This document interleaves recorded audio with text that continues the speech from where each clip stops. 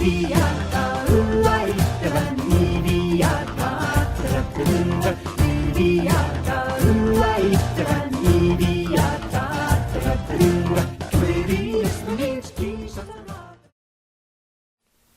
back. So today we've got 2 more videos and I want to apply what we learned yesterday to some real life scenarios when you're taking pictures. So in the video you're watching right now, I want to talk about taking photos outside. So that's both for landscape photography and for portraits. And then in the video this afternoon we'll come back inside and we'll look at how to work with inside lighting. So let's get started. We've already spoken about how the time of day affects the light, so let's start talking about some lighting ideas and tips and tricks for photos. I want to focus on landscape and portrait as sort of 2 distinct categories for now, although there's obviously some overlap as well. But let's start with landscape photography. I think with landscape photography in particular, when you're taking photos of a scene in the countryside or even a cityscape, you obviously can't influence the lighting and the mood of the picture when you're just pointing your camera, so there's a little bit of planning involved. And that's what landscape photographers do.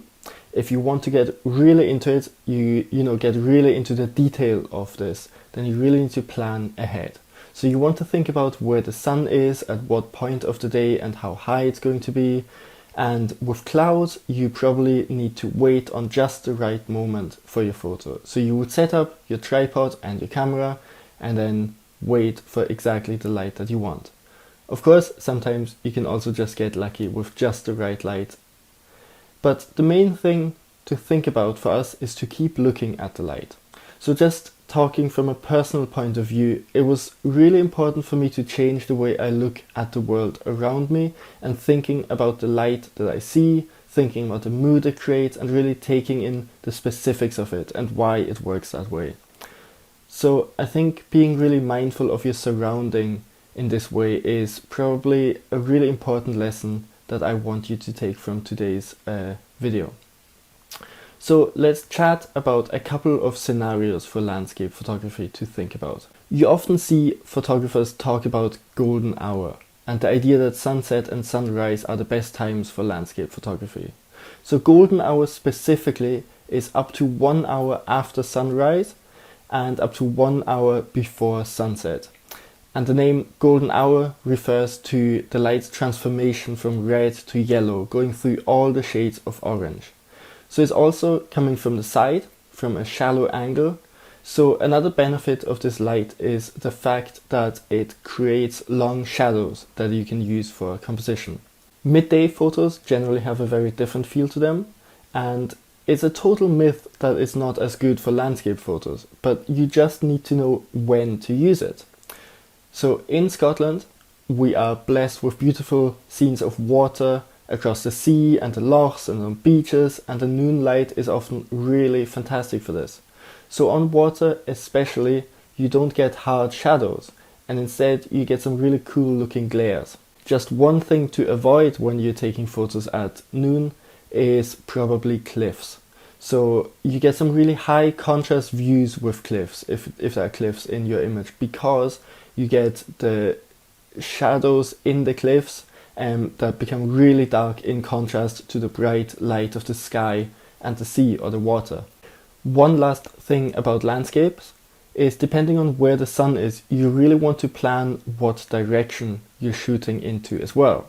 So you can either shoot towards the sun or away from the sun or with the sun off to the side. And there are pros and cons to all of them. But generally you want to avoid shooting with the sun behind you. So the light from the sun fills all the shadows and really removes all the detail there. And without the shadows there's also no contrast, so your image will look flat, with no real depth. And you'll also potentially see your own shadow in the picture. I'd recommend in that scenario turning a little bit to the side, so that it's a bit more of a side light, which will make for much better results. Shooting into the sun is more challenging, but it's also more rewarding. It's especially challenging because of sun glares and because the contrast is going to be really high. But I think using HDR here, like we spoke about last time a month ago, would work really well to even out the picture a little bit. Now let's move on to portraits. And when I say portraits, I just mean any photos with people in them. So it doesn't have to be, a glamorous photo shoot in a studio with studio lighting, but it's really any kind of photos with pictures. So even when you're traveling or you're at a family event or a ceilidh, you might want to take pictures of people or of everyone together, a group photo, and positioning your subject or the group is really important here.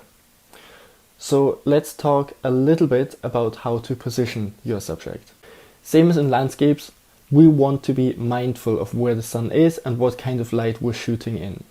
You can also think about how to position your subject in relation to the sun or any other light source.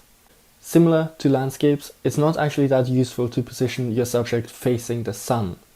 Yeah, you get some really vibrant colors, but it also blows out all the details, and your subject won't really be able to see much, so they're probably going to squint.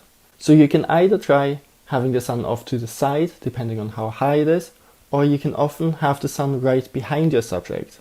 Especially for people with lighter hair, I think this creates a really cool look. As a general rule of thumb, you do not want really harsh light in your outdoor portraits, as it creates very harsh lines on your subject's faces. Instead, in most scenarios, the most flattering portraits outside are with softer, with more diffused light. So there are a couple of ways of how to get there. The easiest way really is to move to the shade when possible. So for example, using the cover of trees is really cool. Or maybe moving a little bit closer near a wall so you're not in direct sunlight anymore. Alright, so just before we finish off, I want to give you a little task to think about. Like yesterday, when we spoke about colors, this time I want you to go outside if you can and take some photos to try out some options. If you have someone who would be happy for you to try taking some photos of them, try for some portraits. I think that'd be really fun. But if not, then that's also fine. Just try some landscapes, and I want you to try out different directions, and if you have time, different times of day. But even if it's just one walk that you go outside, you have your half hour, think about where the sun is at that moment and how you can make the most striking image using that light to your advantage. And with that, I'll see you later today.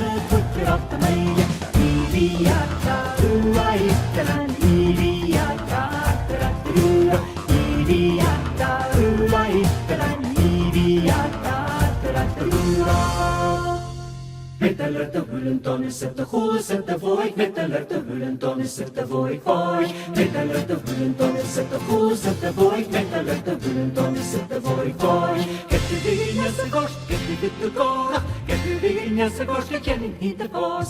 Get de vignes en gorst, get de witte kora, get de vignes en gorst, ik ken niet de paas. Met de lerte hullen, dan is het de goe, zet de voik, met de lerte hullen, dan is het de voik, voik. Met de lerte hullen, dan is het de goe, zet de voik, met de lerte hullen, dan is het de voik, voik. Posso ligarido, posso me xinguir para a grande piri. Posso ligarido, posso me xinguir para a grande piri. Meta leta bulton, senta boa, senta boa, meta leta bulton, senta boa, boy. Meta leta bulton, senta boa, meta